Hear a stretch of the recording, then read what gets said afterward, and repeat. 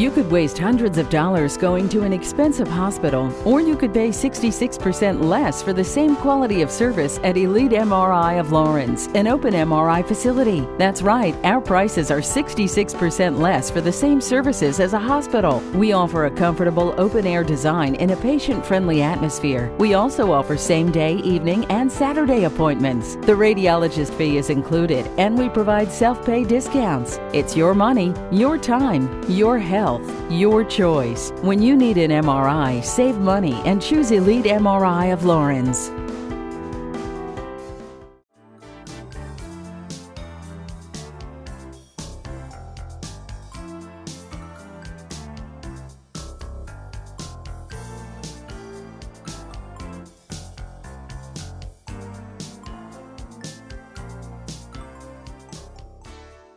Hello, welcome to At Home in Dublin with Ricky Porter. This is a special television program sponsored by TV 35. We try to feature the very best of Dublin. It is our intent to show what's good about our fair city and to try to encourage others to come to Dublin and to see the best of who we are. Today I'm interviewing a friend and a colleague, Dr. Fred Williams. I've known Dr. Williams for quite some time since I've been in Dublin. We are theatrical fellows in Legacy Readers Theater. Right. And we were talking a moment ago about your son, who's now a senior in high school. And I've been here 8 years. How old is your son? My son is 16. He was 8 years old when I met him. Right. 8 years old when I met him. Can you believe that? Time goes by. That means we are growing older. No, that means you're growing older. I thought it was the other way around. Dr. Williams is a colleague as a pastoral leader, but today we're going to talk to him regarding his life and talk to him about his position now as the superintendent for the Dublin City Schools. Before we get into the conversation about your work as the Dublin City School Superintendent, I'd like to introduce you to our TV audience. Hello. Right. TV 35 has a broad network, and we want people to get to know who you are as Fred Williams. I'd like to start by you telling me a little bit about where you were born and where you were reared. I was born in a little place west of Fort Lauderdale, Florida, Plantation, Florida, and lived there my whole life until graduating high school. And you graduated from high school in Fort Lauderdale? Graduated from Nova High School. In Fort Lauderdale? There in Fort Lauderdale area. It's actually Davie, Florida. Okay. And from there, attended Clark Atlanta University. Clark Atlanta. Yes. Was it Clark Atlanta when you went there? When I went there, they were in the transition from Clark College to Clark Atlanta, so my degree actually could have been Clark College or Clark Atlanta. And had the opportunity, very fortunate and blessed by the good Lord, to be able to be a student athlete at Clark Atlanta. I played football there, was a 4-year starter there at Clark, and just recently, a couple years ago, good Lord bless me, being inducted in the Hall of Fame there. Is that right? Yes, sir. I didn't realize that Clark had a football team. Yes, sir. It's been that team has been there for quite some time, and we were able to do some great things toward the end of my tenure there. And those experiences with Coach Hunter and teammates really prepared me for such a time. So you had a football scholarship? Football scholarship, yes, sir. It paid for my undergrad education, and as Coach Hunter always so eloquently put in coach's language, that the books were first and the football was first, because if you slacked off in either of the two, that your scholarship would be taken. And so they taught us how to be men. We would wake up 5 o'clock in the morning with our toes on the line during season and during off season. So it was a very disciplined program that really produced some great men. And so I'm just excited about being a part of that Panther tradition and that Panther family there at Clark Atlanta. From there, my senior year, I went to a job fair at the Georgia World Congress Center. And I knew that I wanted to be in a place where football was important, because I played football since Pop 1 on up through college, and that just was a part of who I was as a person. Tell me a little bit about your family. Your mother and father from Fort Lauderdale? My mother and father are from Fort Lauderdale. Are they still living? They're still living. My father and mother both are retired. My mother was a public educator in the Broward County school system. Broward County. I'm familiar with all of that. Yeah, she worked with the Title I program there, and she was in charge of that. And so I grew up in a family of educators. A family of educators. My father, he worked for Warner Brothers, and so I had an opportunity to be able to meet, different artists and those entertainers. Yes, sir. So you have siblings? I have 3 brothers, all whom reside in Fort Lauderdale. And where do you fit in? I'm the second oldest. You're the second oldest. We are talking with Dr. Fred Williams on this television program, At Home in Dublin with Ricky Porter. And we're probably going to air this in 2 parts. Right now, we're getting to know Dr. Williams as a person, as a man. And later, we're going to talk more with him on part 2 regarding his role as the superintendent for Dublin City Schools. I think it's intriguing to me because I went to Atlanta. I did my graduate work in Atlanta at the Interdenominational Theological Center. Right. So I'm familiar with that whole area. Right. I have family from Florida. Right. And I'm familiar with Fort Lauderdale. Right. So after graduating from Clark, Atlanta, what did you do? Ended up coming to the Dublin City school system. I met Dr. Mickey Schuber at the job fair that I alluded to earlier, and he brought me down, got me introduced with Coach Sam Bars and Dr. Warnock and Dr. Warnock. Dr. Warnock was a superintendent at that time. Dr. Warnock was superintendent, Dr. Charles Warnock, and I owe a lot to all of those gentlemen for allowing me the opportunity to be a part of this great community. And one question that I asked Dr. Schuber is I wanted to know about the attrition rate because I was looking to get somewhere where I can grow some moss. And so we know a rolling stone doesn't gather in the moss. And so and Dublin was just a tremendous place to be. So your first position here was as a coach? My first position here was at Susie Dasher Elementary School. Susie Dasher Elementary School. As a health and PE teacher and football coach. Is that right? And I also coached wrestling and worked the guys through the weight room and a little track here and there. And so that's how I got started. So your major was education? My major bachelor's was health and physical education. Health and physical education. Yes, sir. Yes, sir. Tell me a little bit about your religious calling. I went to Atlanta, as I told you, Atlanta University at the ITC, Interdenominational Theological Center, and that's where I received a Master's of Divinity degree. You're also a pastor at Turkey Creek Baptist Church. Yes. Tell me a little bit about how that came about, your religious calling, because I don't know about you, but I fought it for a long time. Right.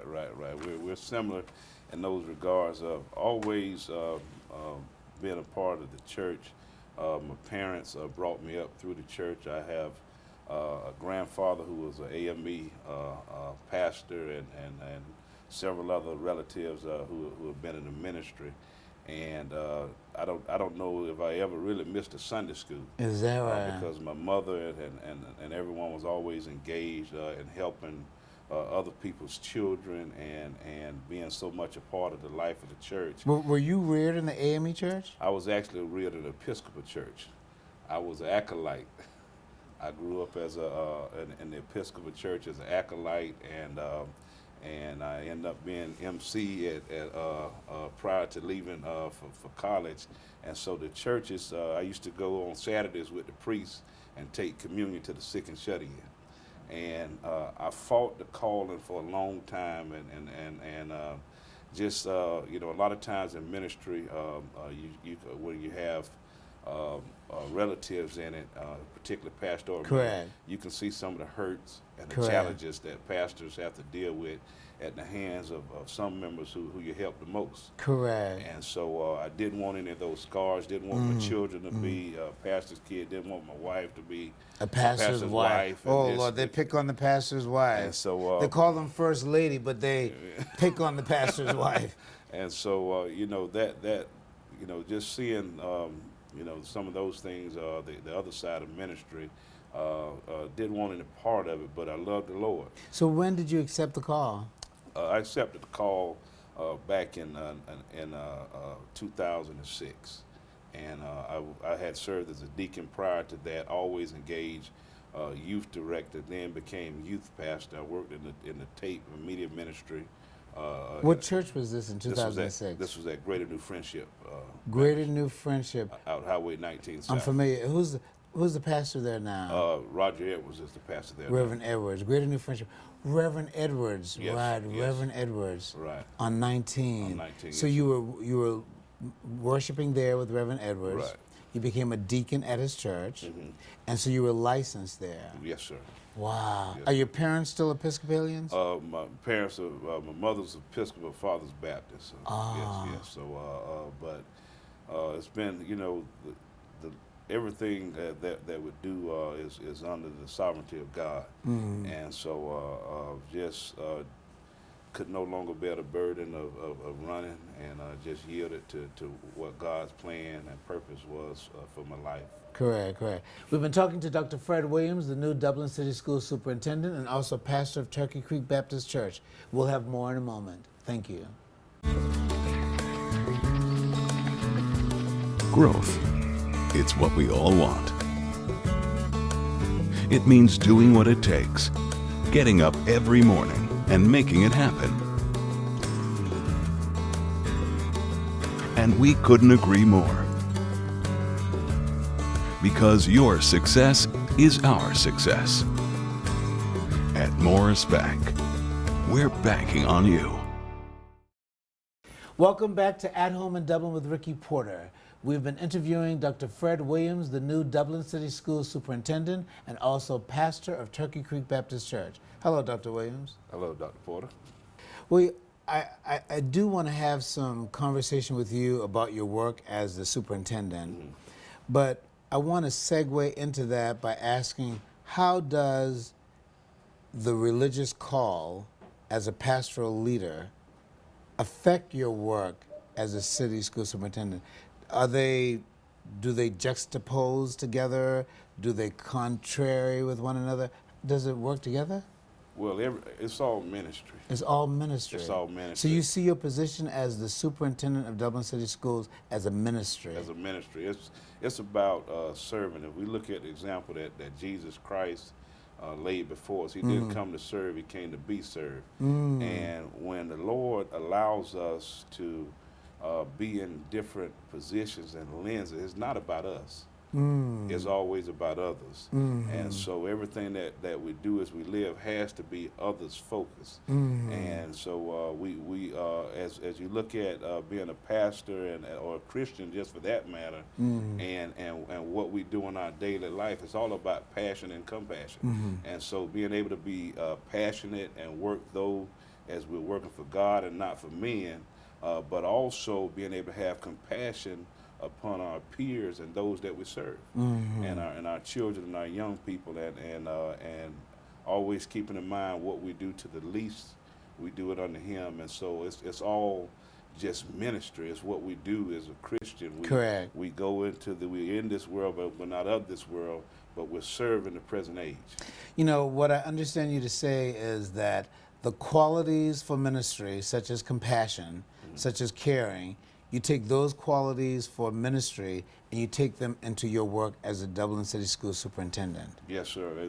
All of that just goes hand in hand, and it's all about meeting the needs of the people. I share with our staff and employees that my job is to support them and hold them up, and make sure that they have the resources and things necessary to do their job and build those relationships, so that they in turn can build relationships with the student. As we look at that whole triangle, a lot of times we look at the leader being at the top. Correct. But we flip that upside down, and the leader's at the bottom holding others up. And so their arms reach out and hold with the broader base, which is the students. That's a wonderful model. That's a wonderful model. I've actually not heard of that before. I've heard of the circle, but I've never heard of the triangle upside down. Right. And that leader's at the bottom supporting, and then your other leaders throughout the organization ultimately supporting the students and the parents. Very good. I'd like to talk a little bit more about your religious calling. Yes, sir. Because I don't think, as much as I know, there has not been a Dublin City School superintendent who is also a reverend. So you're groundbreaking. Not only are you African American, and you're the first African American superintendent, but you're also the first as a pastoral leader as well. So you bring a great deal to this work. What was your first pastoral assignment after getting licensed at Baptist Church? Greater New Friendship. Greater New Friendship under Reverend Edwards. What was your first call? What church? I had many opportunities to share. I had several churches that extended the call, but the Lord didn't lay it on my heart. Some of these were great houses in our community. Some were smaller houses, and so I just stayed at my pastor's feet and worked the ministry. And so when we talk about first call, the church that I really knew that God was assigning me to was Turkey Creek. Was Turkey Creek? Right. Is that right? But I had a great house in this community and a smaller house that extended that opportunity. But being, you have to be led by God and be in His will. And it's been a blessing to be able to serve this community through Turkey Creek. And how long have you been at Turkey Creek? I've been at Turkey Creek pastoring for 7 years now. Next March will be 8 years. Next March, this past August was 8 years for me at Washington Street. Yeah, wow, that's amazing. Right. You know, I understood that you worked with the mayor, Phil Best, yes, and you worked with the Sheriff's Department right, for a major event that took place at Turkey Creek. right. Could you tell me a little bit about that? Well, first of all, I just can't begin to say enough about our mayor and his multifacetedness in terms of doing what's best for the communities through various lenses, whether it's educational, religious, or what have you. And talk with him, several of our judges, our DA, and our sheriff, and our police chief. Correct. And we put together a opportunity for pastors and networkers. We talked about having one community under God. And the whole effort, we knew that we had a lot of things going on around the nation. And as leaders, we have to be aware of what's going on around the nation, because we can't feel that we're so far removed that it won't ever happen here. Correct. And so I believe in being proactive instead of reactive. And so what we did is we just had this great alliance and gathering of people to really educate our youth. I thought there was a theme called reclaiming our community or taking back our community or something. One community under God, one community indivisible. Under God. And so what we did is we taught our youth on how to respond if they're involved in a traffic stop. We built relationships between youth and other stakeholders in our community with law enforcement, and just had a chance to have panel discussions on various laws and things that the average citizen should be aware of, and also just some cultural things that we were able to share with law enforcement. About how many people were there? We had a house full. That's what I was. We actually, Gene Hemingway at Blue Water Baptist Church. Correct. Down off of Scotland Road and 441. Correct. We do a lot of different things together. And so we partner with them, and so they open up their doors, and we had some things on their campus, some things on our campus. Is that right? We had fire trucks, EMS, you name it, just so our younger kids could build relationships and understand the services that they offered, and just really break down some of the stereotypes and build relationships in our community. Well, I think that was major. Phil Best spoke very highly of your leadership in that role, but I think the thing that you're bringing out now that's most important, and I think will also relate to the Dublin City Schools, we've got to be aware of what's going on in our nation, such as what happened in Charleston, South Carolina, what happened in North Charleston, South Carolina. And so what you're doing at Turkey Creek and what you're doing with the Dublin City Schools, you're bringing the rest of the nation's concerns into Dublin, because Dublin is a part of the nation. Right. And so the problems that we're having in our world and our society are problems that we have to face. Right. We've been talking to Dr. Fred Williams, the new Dublin City School Superintendent and also pastor of Turkey Creek Baptist Church. We'll have more in a moment. Thank you. Riverview Golf Course, located on the beautiful Oconee River, is open to the public 7 days a week from 7 till 7, and you can play all day for just $25. Riverview Golf Course opened in the spring of 1977 and has been enjoyed by thousands since. Come on out to Riverview Golf Course today off Highway 19 at Riverview Drive, just 2 miles off I-16, exit 54. Riverview Golf Course in Dublin, making memories every day. Welcome back to At Home in Dublin with Ricky Porter. We've been interviewing Dr. Fred Williams, the new Dublin City School Superintendent and also pastor of Turkey Creek Baptist Church. Hello, Dr. Williams. Hello, Dr. Porter. I'd like to segue into talking more about your work as a Dublin City School Superintendent. Yes, sir. Before we get down to grassroots stuff, how do you feel about this new calling? I feel pretty excited about this new calling that the Lord has placed on my life.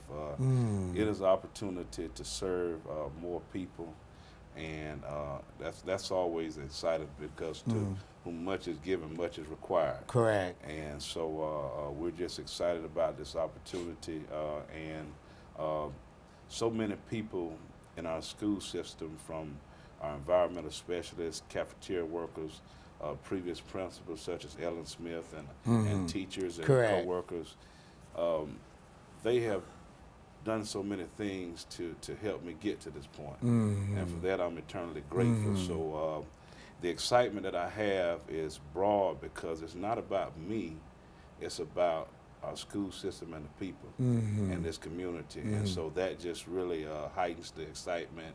As I look at it, I'm humbled just to be in this opportunity, because it could be anyone. Correct. But having been here so long, and it's just great to be able to have. And this it's opportunity. humbling. It is. Let's follow your career for a moment. You were at Susie Dasher Yes, sir. as a teacher and as a coach, and then from Susie Dasher, I went to Dublin Middle School as an assistant principal. Dublin Middle School as assistant principal. And who was the principal at that time? Mr. Tommy Dykes was the principal at that time. Okay, very good. And halfway through the year, I was brought back to Susie Dasher as assistant principal. As the assistant principal. And Ellen Smith was the principal there at the time. Correct. I'm very familiar with Ellen Smith, and, a very good friend of Marie Hooks, who right. served for a significant period of time as a very able and competent principal at Susie Dasher. The students used to call Dr. Hooks Miss Dr. Hooks. Miss Dr. Hooks.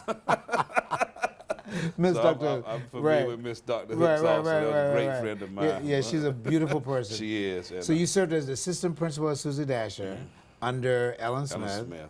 And when Ellen retired and went on to the board office, I became principal. At Susie Dasher. At Susie Dasher. Okay. And Miss Dr. Hooks was my colleague at Saxon. Oh. And so we really worked well together and really supported one another. So from Susie Dasher, you went back to Dublin Middle School? From Susie Dasher as principal, I went back to Dublin Middle School as principal. Was one of the best things that happened to me career-wise. I didn't realize it at the time. I didn't want to go because we had such a great thing going at Susie Dasher. Right. We were performing the highest in this area and in the state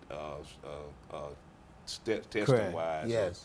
And we just had a great thing going. And so when Dr. Ledbetter told me that he wanted to move me to the middle school, I thought the man was crazy. Wow. But why was it the best thing? It was the best thing because it gave me certain opportunities that prepared me for such a time as this. For such a time as this. Superintendent. Right. I was dealing with football and football parents, cheerleaders mom. Oh, okay. Other aspects of school that really prepare you more broadly. And so those particular competencies I was able to get at the very good at the very middle good. school, and a great staff over there. We had a great thing going at the Dublin Middle School. Tremendous But you know, you people said there, too. something that was very interesting. You said that it prepared you and gave you greater competencies. Yes. And that's a key word because those competencies, along with your education, Right. along with your aptitude, Right. along with your rearing in Fort Lauderdale, you bring it all together. Right. Right. So you come to Dublin City Schools as a superintendent, as a fully rounded, well-educated, cultured man. Yes, sir. Yes, sir. And I don't think that's bragging. I don't think that's arrogant. I think that's humble. Yes, sir. You are who you are, Yes, sir. and you bring a great deal. We've been talking to Dr. Fred Williams, the new Dublin City School superintendent and also pastor of Turkey Creek Baptist Church. We'll have more in a moment. Thank you.